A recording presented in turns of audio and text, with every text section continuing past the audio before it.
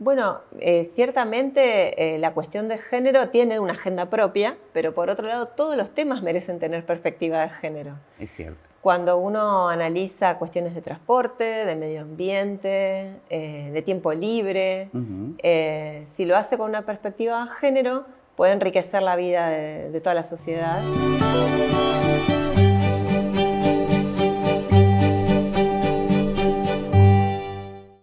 Toda Ediciones presenta el nuevo libro de Ricardo Dupuy. 24 cuentos costumbristas atravesados por el misterio. La ciudad está viva y rezonga. Complejo Polideportivo Policial ANSAP ofrece su servicio de salón de fiestas. Capacidad 500 personas. Consultas 0342 4 553 575. Complejo Polideportivo Policial ANSAP. En el Mercado Norte te esperan los sabores, los colores y aromas. En el Mercado Norte te espera una nueva historia. Mercado Norte. Alimentamos tus sentidos.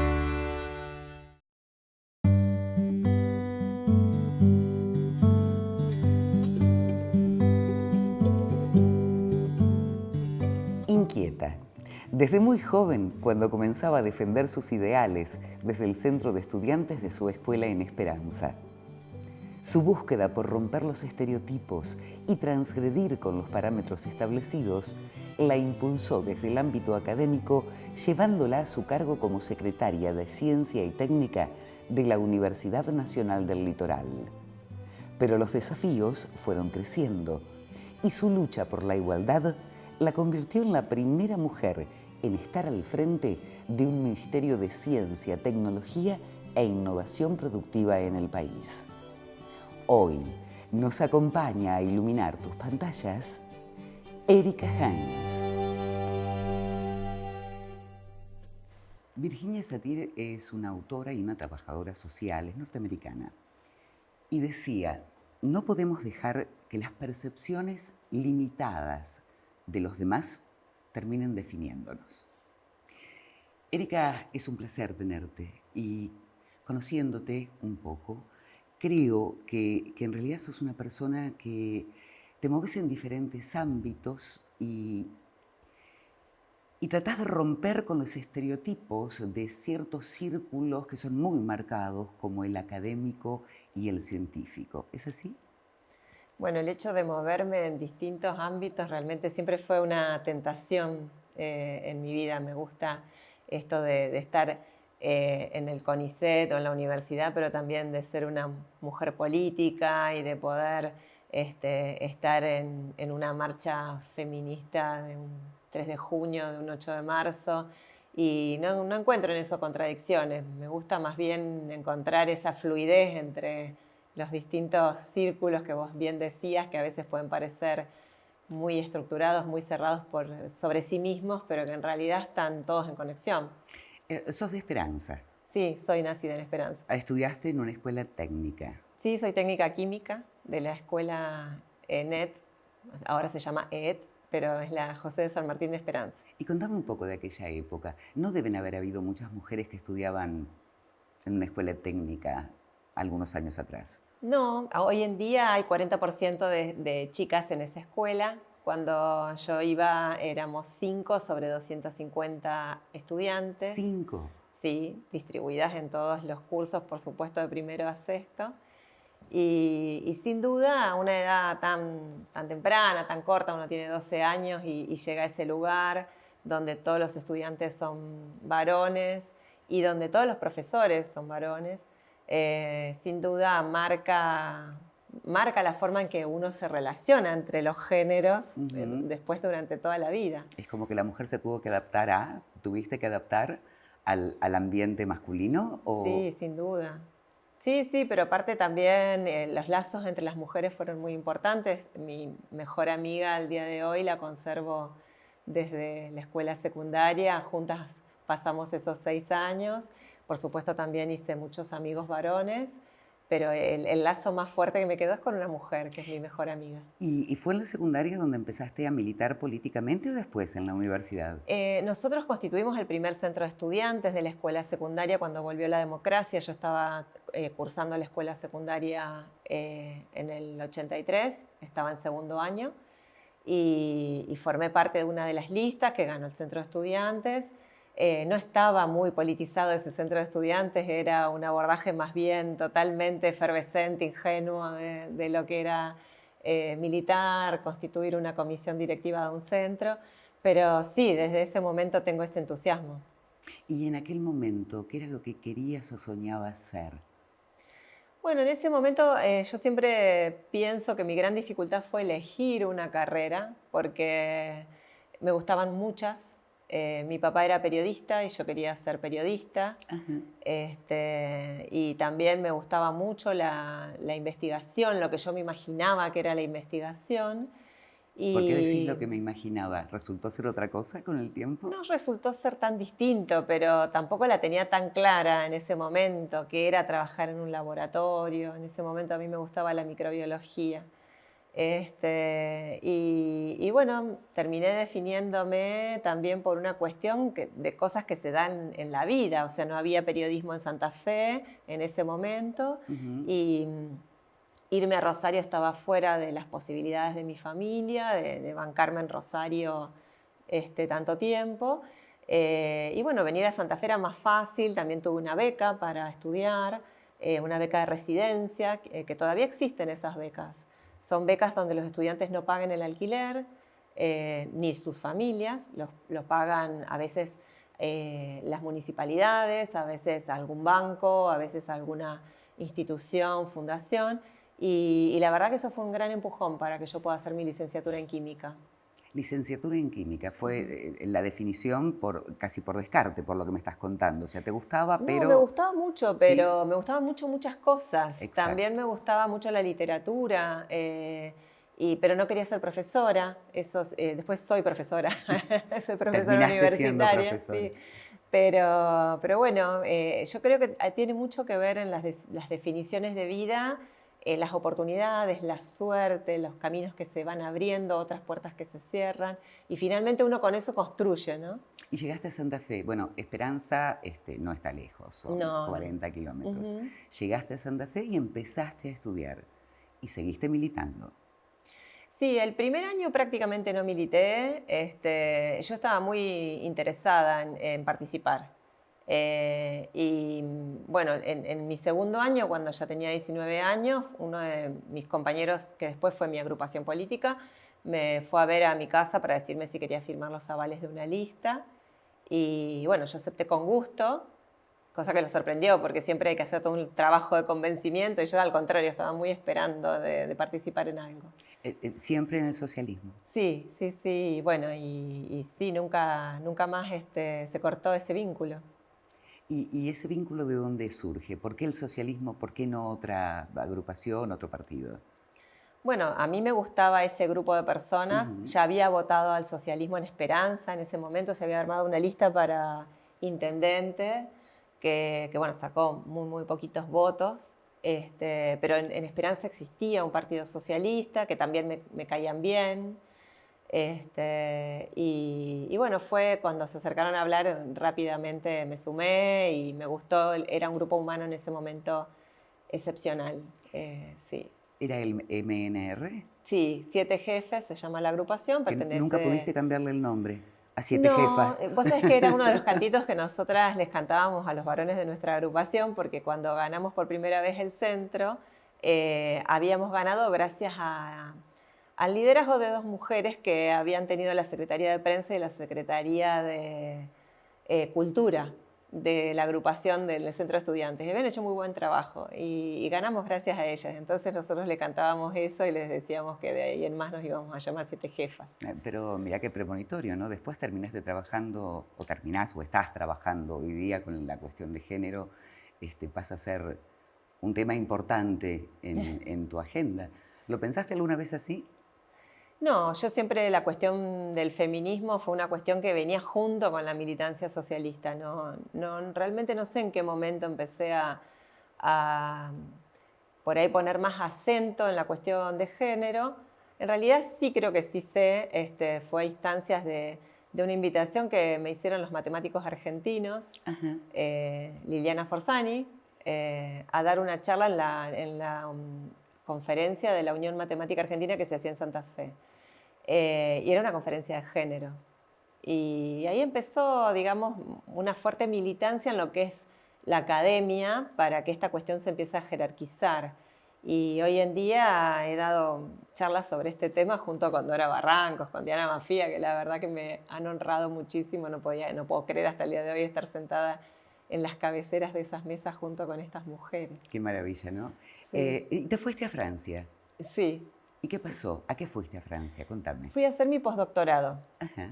Trabajaba en un lugar que es similar al INTA de acá, que se llama INRA, y era un lugar maravilloso porque era plena campiña, pero solo a 25 minutos de tren de París. Así que fue una gran privilegiada porque yo trabajo en ciencia de alimentos, me hubiera podido tocar ir a un pueblito de Estados Unidos en el medio de Wisconsin, que es el estado lácteo, como se llama Wisconsin, porque bueno, ahí era el otro centro donde podía llegar a ir, con John Lucey en Madison. Pero bueno, afortunadamente me tocó el INRA de Juan-Josas. Y bueno, que además, decilo de nuevo, por favor, lo pronuncias perfecto. Me da mucha vergüenza, no lo pronuncio muy bien en francés, pese a que estudié muchos años francés y que amo ese idioma. Bueno, y llegaste al doctorado y después regresaste a la Argentina. ¿Por qué? Volví en 2001, sí, no fue un buen momento. No. Pero bueno, yo había tomado la decisión de regresar. Y la pregunta que vos me haces, ¿por qué? Siempre me voy a acordar que me la hacía la señora del banco en Francia, cuando fui a cerrar mi cuenta. Y ella me decía, pero ahora usted tiene una visa de trabajo y tiene un empleo, ¿por qué va a volver? Pero además, ¿por qué volver al país en el contexto sí. de nuestro país en ese momento, no? Sí, bueno, yo tenía mis afectos, yo en ese momento estaba casada y me había ido sola, y había aparte me había hecho la idea de que iba por un periodo determinado y después regresaba. ¿Cuántos años estuviste allá? No, estuve 1 año y medio, pero de todas maneras fue, digamos, un esfuerzo grande. ¿Y después entraste al CONICET? Sí, la primera vez no entré, pese a que había solicitado mi ingreso y había hecho un esfuerzo muy grande y había hecho todo lo que el camino, digamos, habitual requería, pero como a tantos otros les pasa, y hoy también le pasa a mucha gente, no ingresé. Y el segundo año que solicité el ingreso, sí ingresé. ¿Y cuál era tu campo de estudio o de investigación en el CONICET? Hasta el día de hoy sigo estando en la comisión de ingenierías. Pese a ser licenciada, trabajo en temas de ingeniería y trabajo en las tecnologías alimentarias, en lo que es formación de aroma y sabor en alimentos lácteos, y también en la generación de compuestos de interés nutricional, es decir, que mejoran cuán saludable puede ser un alimento, compuestos, moléculas o también bacterias lácticas. ¿Y cómo es que pudiste vincular esto de las ciencias duras, ¿no?, con el trabajo social que estás haciendo por la cuestión de género? Bueno, eso tiene que ver con la militancia política, digamos, viene de ahí. Yo nunca me pude ver como una persona que era 100% científica. Si bien me encanta mi carrera, me siento como pez en el agua cuando estoy en la facultad, en el laboratorio, con mis pares científicos, pero siempre hubo otra cosa más que tenía que ver con la política, con participar, con estar pendiente del día a día, de las decisiones que se tomaban. Y bueno, eso lógicamente me fue llevando a meterme en los derechos de las mujeres, porque aparte mi propia vivencia como una mujer política, así que se fueron encadenando las cosas. A ver, ¿te acordás de esta situación? Es una foto preciosa, Erika. Sí, esto me acuerdo perfectamente, eso fue en Demos, el Centro Cultural. Me veo acá con cara de cansada después de un día que habíamos... bellísima. Anduvimos todo el día con Agostina Mileo, la Barbie científica, y habíamos ido al LIF. ¿Por qué la Barbie científica? Ese es un alias que ella usa, que bueno, es una especie de personaje que construye, también un poco para desmitificar esto que los científicos tienen que ser hombres de 60 años o más, con pelo blanco y no tener vida. Y bueno, ella muestra a una chica que ella juega con que es superficial y entonces después te dice las cosas más densas y con más contenido sin que se le mueva un pelo, muy divertido. Sí, la hemos sumado a varias de nuestras actividades porque comunica bien ciencia. Vos tuviste 2 gestiones muy exitosas, gestiones públicas exitosas. Una en la Universidad Nacional del Litoral, en la Secretaría de Ciencia y Técnica, y bueno, y el lugar que todavía estás ocupando, que es el ministerio.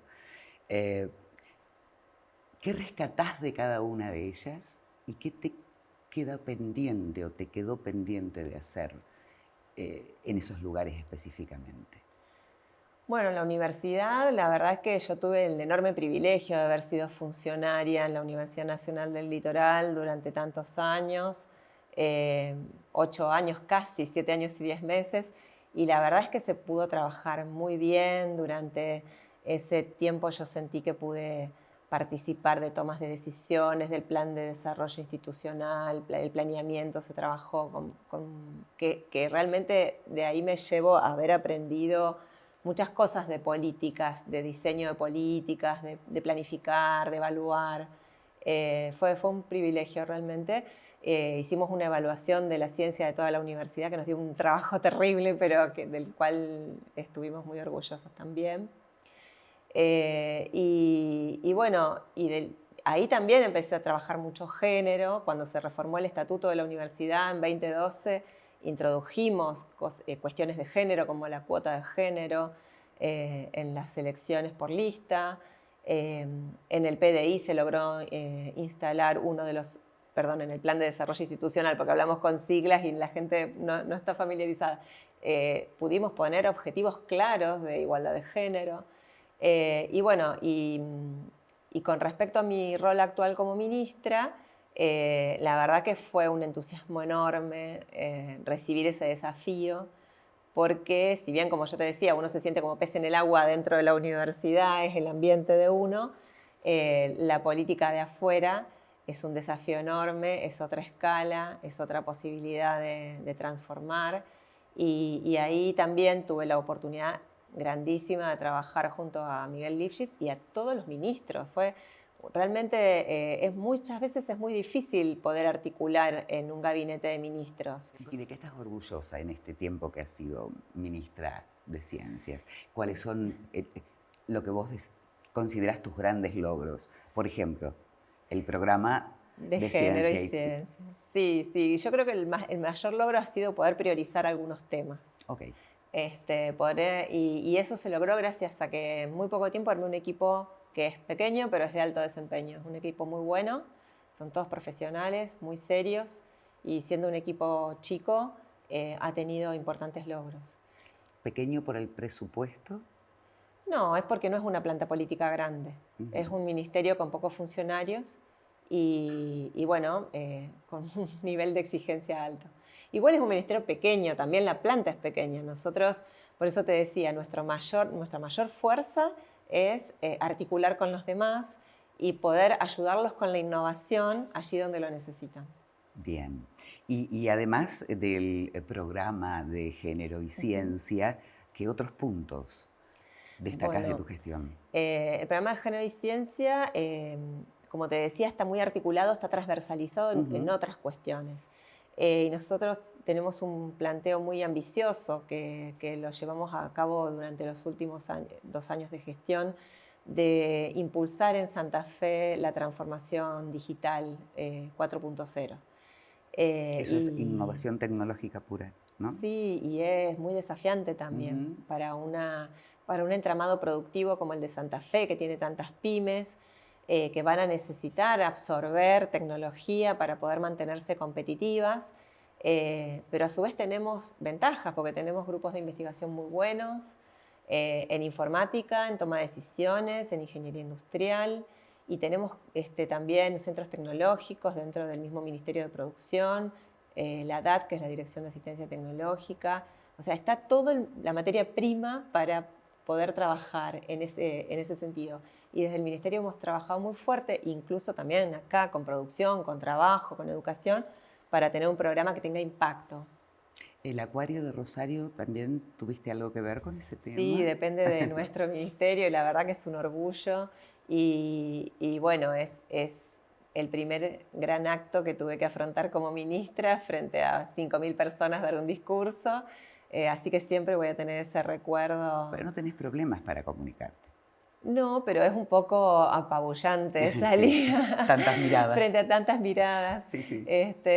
Había sido, realmente yo asumí en diciembre y en febrero fue la apertura del Acuario. Fue un proyecto que compartieron los 3 gobernadores socialistas y que pudieron inaugurar y que hoy es un orgullo para toda la provincia. ¿Qué pensás vos? ¿Cuál debería ser el lugar que ocupe la ciencia dentro de la política estatal? Bueno, yo siempre digo que se necesita una agenda de ciencia, pero se necesita una agenda, un proyecto de país que necesite ciencia. No basta con tener una política de empleo científico, de cantidad de investigadores. Además, hay que tener un proyecto de país que necesite la creación de conocimiento y que aproveche la creación de conocimiento que se produce en el país. Y creo que esa es la gran deuda que tenemos y por eso también siempre digo que el problema de la ciencia más que económico es político, porque tenemos que discutir para qué queremos ciencia, cuánta ciencia queremos, para qué la necesitamos. Y no está claro eso. Uno tiene la percepción que Santa Fe en eso es como una isla, ¿no? Comparativamente con el resto de las provincias del país. Nosotros nos dimos la oportunidad de discutirlo y nos dimos la oportunidad de tener temas, como te decía, del 4.0, pero también la cuestión de la bioeconomía y las energías limpias son prioridad en Santa Fe y eso van a requerir que los científicos se involucren y se sumen. Así que también tenemos un programa bio donde estamos trabajando para obtener semillas, que sean semillas santafesinas tolerantes a la sequía, arroz y alfalfa, y eso lo estamos trabajando con la doctora Chan, que es una de las grandes científicas santafesinas. Así que creo que esos grandes hitos, esas grandes discusiones nos las hemos podido dar. Ahora falta concretar, invertir, seguir adelante. Bien, esta foto, ¿qué momento fue este? Debe haber sido uno de los más emocionantes, ¿no? Imagino. Sí, eso es cuando asumí como ministra. Sí, estaba, bueno, ahí aparece Alicia y Andreu Boldi también, ministras que juraron ahí conmigo. La verdad que es un momento muy lindo en el recuerdo. Y por supuesto el gobernador. Gran parte de tu trabajo se centra en visibilizar las diferencias de género que hay en el ámbito científico y en todo otro ámbito, ¿no? Hay una frase que quiero leerte que es de un premio Nobel, el Premio Nobel de Medicina del 2001. Se lo escuché también a Diana Mafia decirlo. Ajá.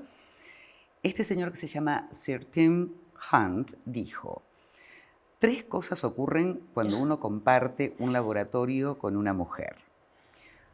Ellas se enamoran de uno se enamora de ellas y cuando se las critica, ellas lloran.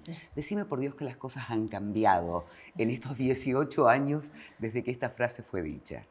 No, en realidad no han cambiado tanto, esa frase es bastante reciente, pero bueno, a este señor le costó su puesto decir eso.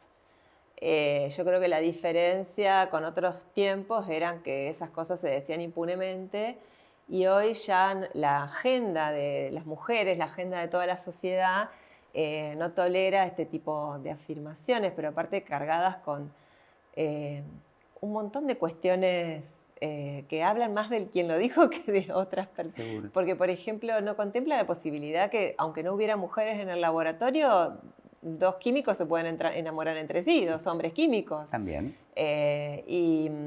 Y además que en cualquier ámbito de trabajo, no solo en la ciencia, es muy común que la gente se enganche y se formen parejas, se rompan. Y aún las empresas que quieren evitar esto, lo único que logran es una clandestinidad que resulta contraproducente. Así que me parece que las frases y la cuestión de lo sentimental asociado a las mujeres, que las mujeres tenemos emociones y los varones son fríos y racionales, carece totalmente de evidencia científica para probar eso. De hecho, que nuestra sociedad les pida a los hombres que no expresen ninguna emoción no quiere decir que no las tengan. Y sobre todo en la ciencia, la emoción, el entusiasmo, las ganas de hacer algo, están muy tejidas con las operaciones racionales de pensar, de deducir. Sin esa emoción habría malos científicos solamente. Seguro. ¿Es cierto que hay menos mujeres que se dedican a la ciencia y a la investigación en nuestro país? En nuestro país, en realidad, estamos en la paridad. Estamos ¿Ah, sí? alrededor de 51-52% de mujeres en el CONICET. En las universidades también hay muchas mujeres en el sistema de investigación. Sin embargo, todavía siguen siendo mayoría los hombres en los puestos de mayor jerarquía, de mayor poder de decisión.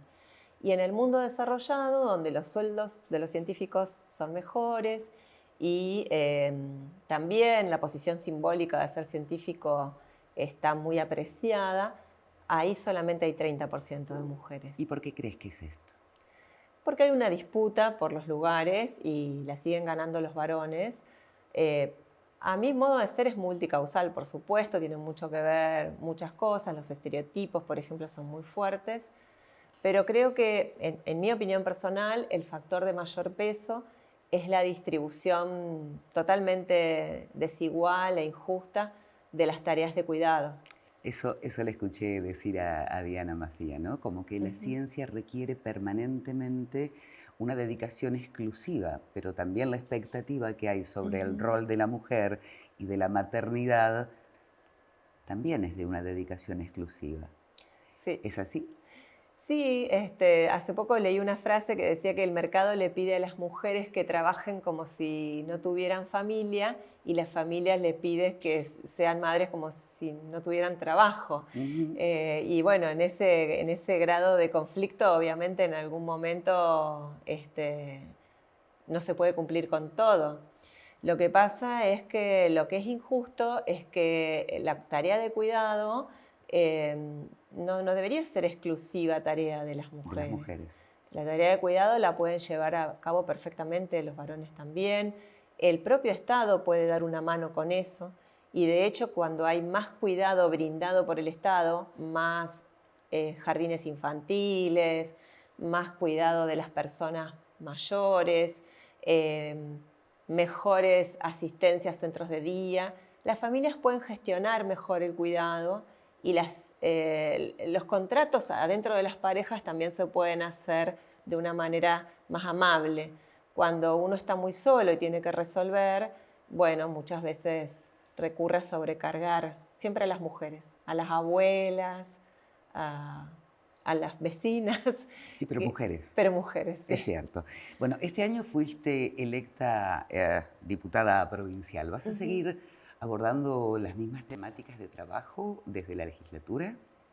Bueno, ciertamente la cuestión de género tiene una agenda propia, pero por otro lado todos los temas merecen tener perspectiva de género. Es cierto. Cuando uno analiza cuestiones de transporte, de medio ambiente, de tiempo libre, si lo hace con una perspectiva de género, puede enriquecer la vida de toda la sociedad. Y si lo hace de forma sesgada, enfocándose solamente en los varones, puede cometer errores. Así que pienso que esa es una tarea que tenemos que emprender. Erika, ¿cómo te gustaría que te recuerden? Uy, qué difícil, porque cuando uno es tan ecléctico y le gustan tantas cosas, es difícil encontrar una medida, pero creo que me gustaría que me recuerden como socialista y feminista. Qué lindo. Brindemos por ello. Brindemos. Gracias, Erika. Un placer. Un placer. Encantada.